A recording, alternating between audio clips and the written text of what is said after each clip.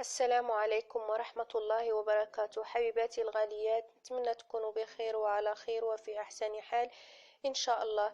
اليوم أتيت لكم بقناة رائعة، وصاحبتها أروع. قناة اسمها كوني متألقة كل يوم. نتمنى تمشوا وتشتركوا فيها مواضيع جد رائعة غادي تعجبكم بإذن الله تعالى. مواضيع عن الصحة، مواضيع عن تربية الأطفال، مواضيع عن التنظيم والتنظيف، مواضيع عن التغذية، تغذية الأطفال، يعني كتشجعكم عن الأذكار. مواضيع جميلة جدا. يعني نتمنى منكم، وعندي رجاء عندكم، رجاء أخواتي تمشيو وتشتركوا عندها باش تشجعوها تقدر تستمر وتعطي الجديد بإذن الله تعالى. وما تنسوش ديروا لها لايك واشتراك في قناتها. إن شاء الله غادي تعجبكم إن شاء الله. يعني فيها مواضيع رائعة، وأنا متأكدة بلي غادي تعجبكم كما عجبتني. جميع الفيديوهات نتاعها رائعين. وما تنسوش تسلموا لي عليها.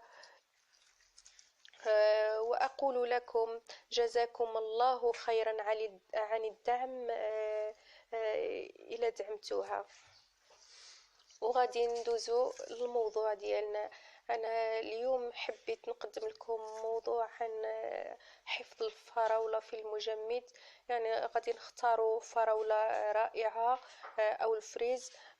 فراولة غادي تكون طرية، ما غاديش تكون طيبة بزاف، باش تبقى محافظة على الطراوة ديالها والنكهة والنسمة ديالها.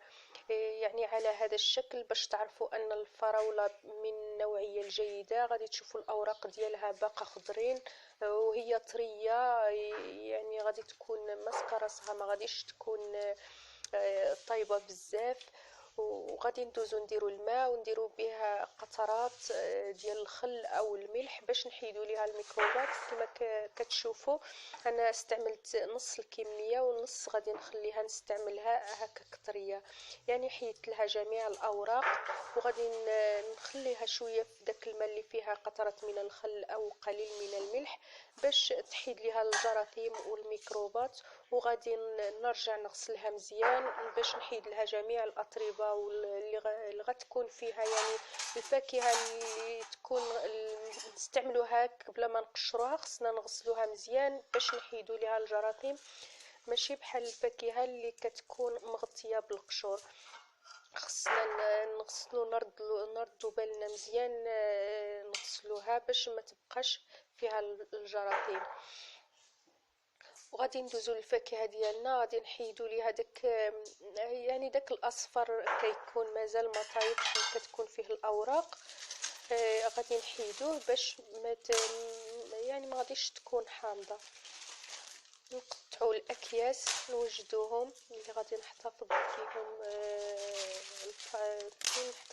نحتفظ بهم، يعني الفراوله اللي غادي نعمر فيهم الفراوله. وغادي نهز الفراوله ديالي، غادي نحيد لها ديك البلاصه الصفراء، يعني هي كتكون بحال اللي ما طيباش، ديك البلاصه اللي كتكون فيها الاوراق. نقطعوها على هذا الشكل. نستمروا بهذا الشكل، نحيدو داك الزائد، يعني ديك البلاصه هكا، ونقطعوها. انا قطعتها بشكل طولي على هذا الشكل، وانتم اخواتي قطعوا الشكل اللي يناسبكم. يعني عندها بزاف الاستعمالات هاد الفاكهه الرائعه. فاكهه موسميه، يعني ما غاديش تبقى طول السنه. باش انا علاش انا احتفظت بها في المجمد؟ باش ملي نبغي نستعمل العصير ديالها غادي تكون، الا توحشتها غادي تكون عندي في المجمد ديالها. يعني العصير اللي غادي نستعملو بيدينا، ماشي بحال العصير اللي كيتباع اللي فيه المواد الحافظه اللي مضره بالصحه. يعني ما كاين ما احسن من الحاجه اللي كتكون طبيعيه اللي كنستعملناها في المنزل ديالنا. يعني انا كنحتفظ بها. هذه هي الكميه اللي بقات لي، قطعت جميع الكميه. يعني ما غاديش نقطعوا الكميه كامله عاد نبقاو نعمروا في الاكياس. يعني الكميه اللي قطعناها غادي نعمروها في الكيس باش ما ينزلش لينا داك الماء. كما كتعرفوا حبيباتي، يعني الفراوله ملي كنقطعوها يخرج السائل ديالها، باش ما يخرجش لينا داك السائل والفوائد اللي فيها. يعني غادي نبقاو كل كميه قطعناها نعمروها في كيس ونخرجوا الهواء من داك الكيس ونغطوه على هذا الشكل.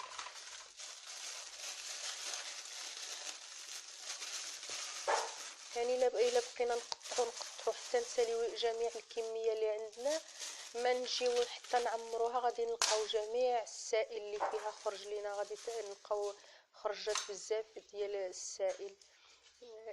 علاش انا درت هذه الطريقه؟ يعني كل كميه قطعناها خصنا نعمروها في الكيس باش تبقى محافظه لينا على يعني على الفائده ديالها والنكهه والنسمه ديالها.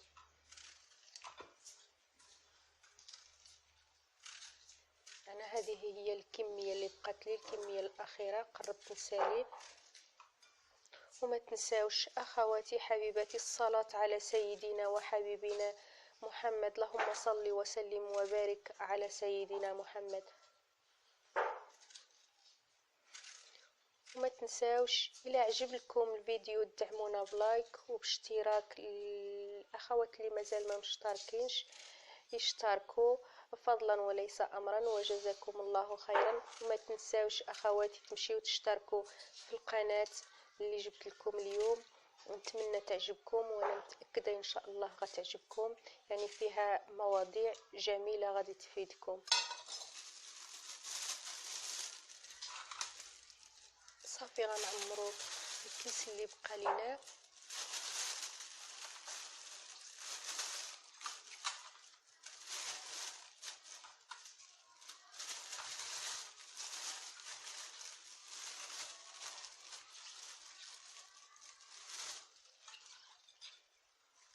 كما كتشوفوا الصحن ديالنا ما فيه اي ماء، لاننا كل كميه قطعناها نحتفظوا بها مباشره في الكيس ونخرجوا داك الهواء في الكيس ونربطوها على هذا الشكل.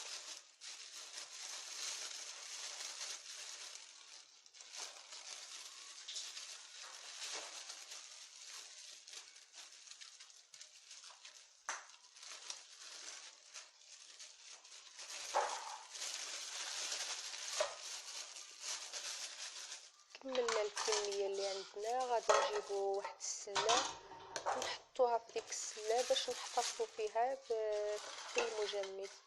وملي نبغيو نديرو عصير او اي حاجه نستعملوا فيها الفراوله، غادي نجيبو نجبدو من المجمد الكميه اللي بغينا.